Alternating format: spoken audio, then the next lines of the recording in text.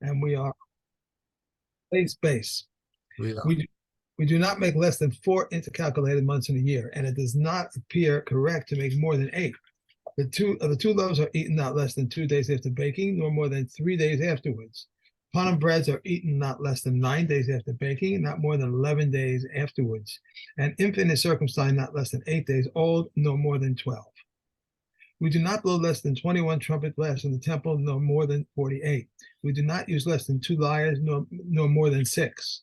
We do not use less than 2 flutes, nor more than 12. On 12 days during the year, the flute plays before the altar. During the slaughtering of the first Pesach offering, and during the slaughtering of the second Pesach offering, and on the first Yom Tov of Pesach, and on the Yom Tov of Shavuos, and on the 8 days of the festival, and he would play a copper flute, but not a copper flute, but a reed flute, because its sound is pleasant. And he would conclude with only a single flute because it would make it better for a clothes. There were slaves of the Kohanim. These are the There were slaves of the Kohanim. These are the words of Reb Meir. Reb Yossi says they were the families of Ben Abakarim and Beis Sephora, and from Maum, from which Kohanim would marry. Reb Kanina ben Atikano says they were Levites. Okay. So the reason why, by the way, we came into this is because we started out the Perek by mentioning that there's no erech less than 1 selah, right? Even though the Torah doesn't specify anything of 1 selah, the minimum amount is 5. But if somebody is poor and he makes an erech, then the coin basically comes and checks out, assesses his ability to pay, and the minimum that he can get away with is 1 selah. No. So we said there's no less than 1 selah, no more than 50, because 50 is the highest evaluation that's given in the Torah.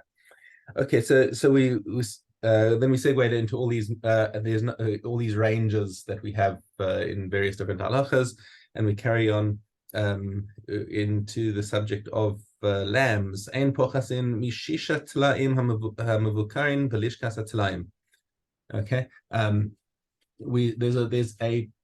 there's a chamber in the temple where they keep the lambs that have already been checked for blemishes, so that they can be used for the korban tamid, and they're kept in a little storehouse over there, safe, padded walls, whatever, to make sure that nothing happens to them.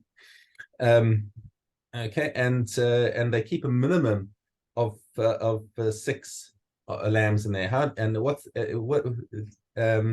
The Mishnah gives a mnemonic, really. It's not like a halacha that it has to be for Shabbos and 2 days of Rosh Hashanah, but that's just how you can remember that the longest time that you can have of Yom Tov, of consecutive days of Shabbos and Yom Tov, is Shabbos and Rosh Hashanah, even in the temple. And that's and therefore you'd need 6 lambs for that, for 2 tamidim every day. Mosifin ad leolam, and they can store as many as they want in there. Ein pochasin mishtei chatzotros. When you blow trumpets, it's always got to be a minimum of 2. Mosifin ad leolam. You can have as many trumpets as you like in the temple, but it has to be a minimum of 2 when you're blowing them. Ein pochasin mitisha kinoros. They didn't have fewer than 9 kinor. Well, it's not. In modern Hebrew, kinor is a violin, but I believe that's actually a lyre or a harp. Right. What do they translate? I didn't know that. They say harps, but I didn't know. I always thought a kinor was always a harp. I didn't know that was a modern day violin. Yeah. Mosifin ad leolam, and you can have as many as you like. V'hatziltzal levad. However, the tziltzal is what's the translation we have? The tziltzal is a flute or cymbal. Cymbal. That's it, a cymbal, of course. So there's a single cymbal for making crashing noises. Why? Va'asaf mitzlatayim mashmiya, because there's only one person who's playing the mitzlatayim, which is the term that we use for the tziltzal. Okay. And pochasin mishneim asar levim omdim al duchan. Okay, no fewer than 12 levim standing on the duchan to sing. Okay, why do we learn this? It's from the pasuk in Divrei Hayamim, which says Hu ve'echav ubanav shneim asar. Just there's one case there where we say that there were 12 Levium standing there. And you can have as many Levium as are on duty, standing there and singing. Ein katan nichnas lazar lavoda. No children are allowed into the azar for the avoda. Ela b'sha'ah shel Levium omdim b'shir, except when the Levium are singing, right? But lot because they have a sweet voice, as you'll see. Lo hayu omrim nevel b'chinor ela b'peh. They didn't play instruments, but they sang. In order to give us to sweeten the song with their high-pitched voices. Rabbi Eliezer ben Yaakov on there, Ein Olin Laminyan. He says they don't count for the number. Obviously, they're not bar mitzvah, right? They don't count for the number of Levium, who the 12 that they have as the minimum there.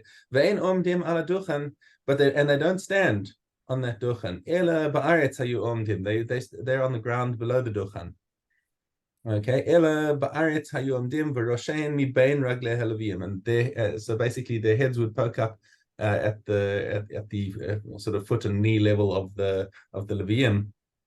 And a little funny interjection over here is that they were called, instead of Tzeirei HaLevium, the young ones, it's Tzoharei HaLevium. They were called the one who vexed them. Tormentors, they say.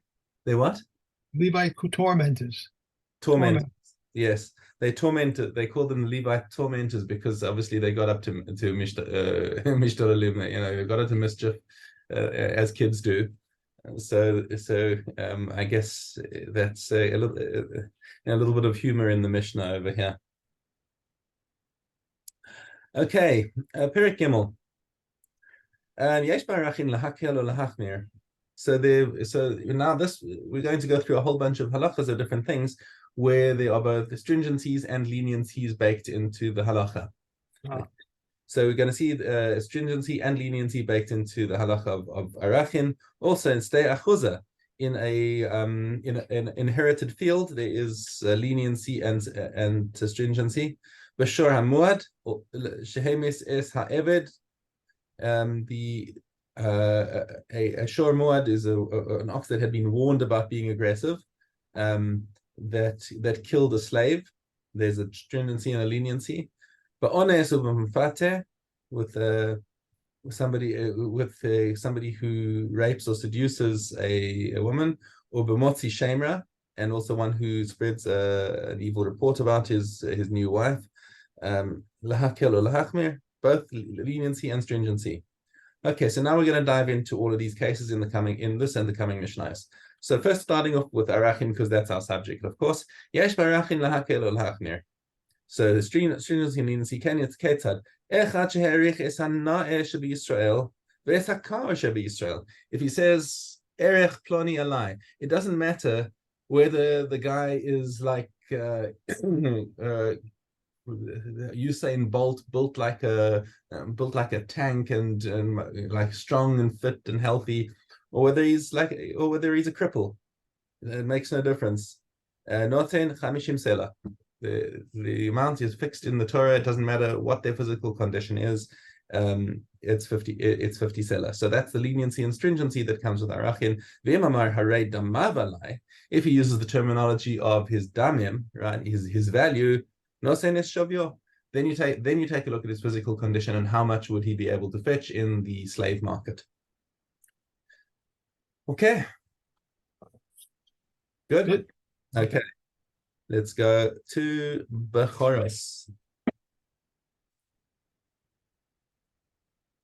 Okay. We have Ket Gimel. If one's wife was not previously given birth and she now gave birth to two males, he must give 5 sel to a Kohen. If one of them died within 30 days, the father is exempt. If the father died and the sons are alive, Meir says if they gave while they had not yet divided the estate, it is given. But if not, they are exempt. And Rabbi Yehuda says the estate has become liable. If she gave birth to a male and a female, there's nothing here for a Kohen. If two wives who had not previously given birth now gave birth to two males, he must give 10 selim to a Kohen. If one of them died within 30 days, if he gave the money to a Kohen, he must return 5 selim to him. If he gave it to 2 Kohanim, he cannot exact it from them. If they gave birth to a male and female, or two males and a female, he must give 5 selim to a Kohen. If they gave birth to 2 females and a male, or 2 males and 2 females, there is nothing here for a Kohen. If one wife who had previously given birth and one had not previously given birth now gave birth to 2 males, he must give 5 selah to a Kohen. If one of them died within 30 days, the father is exempt. If the father died and the sons are alive, remember says, if they gave while they had not yet divided the estate, it is given. But if not, they are exempt. The Yehuda says the estate has become liable. If they gave birth to a male and a female, there's nothing here for a Kohen. If 2 wives of 2 men, neither of whom had previously given birth, now gave birth to 2 males, each one must give 5 selim to a Kohen. If one of them died within 30 days, and they both gave to 1 Kohen, we must return 5 selim to them. If they gave to 2 Kohanim, they cannot exact it from them. If they gave birth to a male and a female, the fathers are exempt, but the son is required to redeem himself. If they gave birth to 2 females for a male and 2 males for and 2 males and 2 females, there's nothing here for a Kohen. Okay, just pause for a second, please.